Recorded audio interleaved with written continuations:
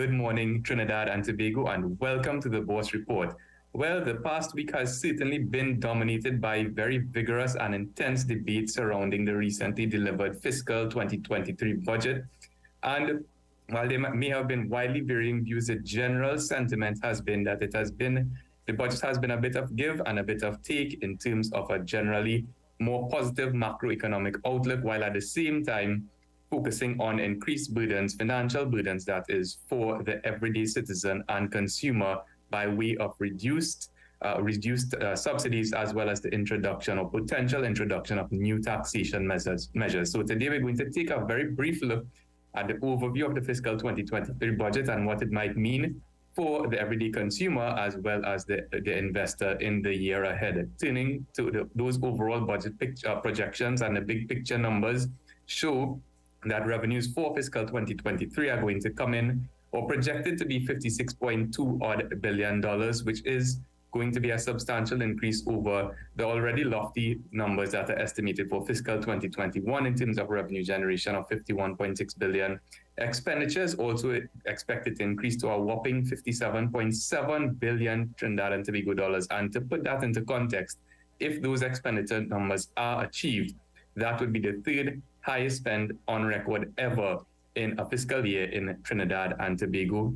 The fiscal gap, which is the difference between expenditure and revenue, is expected to be $1.5 billion, which was perhaps to the disappointment of some, given that revenue is forecast to be so significantly high versus the past few fiscal years that we are still going to spend more than we are earning in any one fiscal period. And growth projections for fiscal 2023 are expected to be 3%, and we're talking about real GDP growth. And speaking of which, for the now concluded fiscal 2022 period, that real GDP growth figure is expected to be around 2%, and on the heels of energy sector recovery at the domestic level and continued supported energy prices, that 3% figure is forecast for the upcoming fiscal year, and that would certainly be welcome news after several years of negative growth for the Trinidad and Tobago economy in real terms.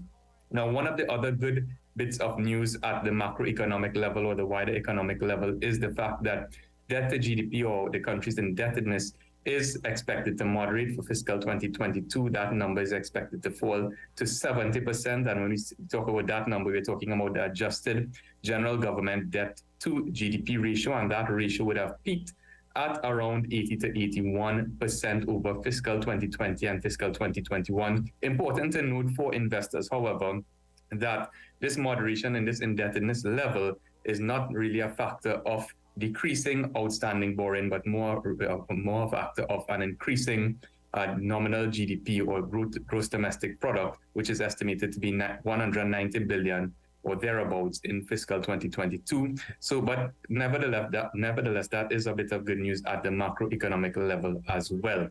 Now, in terms of broader investor considerations and specific fiscal measures, there are several that were announced, which would have brought some angst amongst the general citizenship of Trinidad and Tobago, and some of those are really going to affect the pockets of citizens going forward in the fiscal year. Now, the fuel subsidy reduction, of course, was the hottest topic, and the impact on the economy is yet to be determined, but certainly the impact on the consumer or the citizen in terms of disposable income is going to be negative. Just as an example, a citizen or individual traversing from Chaguanas to Port of Spain on a daily basis, which is about a 30-kilometer trip one way, is expected to spend on average somewhere in the region of 200 to 250 more TT dollars per month on fuel, on super fuel, that is, going forward with the latest change in fuel price increases. Now, just to put those fuel prices into context, over the past year, super prices, for example, based on the latest change, but over the past 12 months would have increased 40-odd%. Premium fuel prices increased about 35-odd% from that $5.75 to $7.75 per liter. And diesel prices, while less in terms of percentage terms, also increased fairly significant 30-odd% from $3.41 per liter to $4.41 per liter. And again, this is over the past 12 months. So citizens certainly feeling a bit more in terms of that those prices at the pump. Now, other measures which may impact disposable income or are very likely to would be the implementation of property tax, which is expected to be implemented in fiscal 2023. That should have a downward effect on disposable income for the consumer as well and consumer spending power.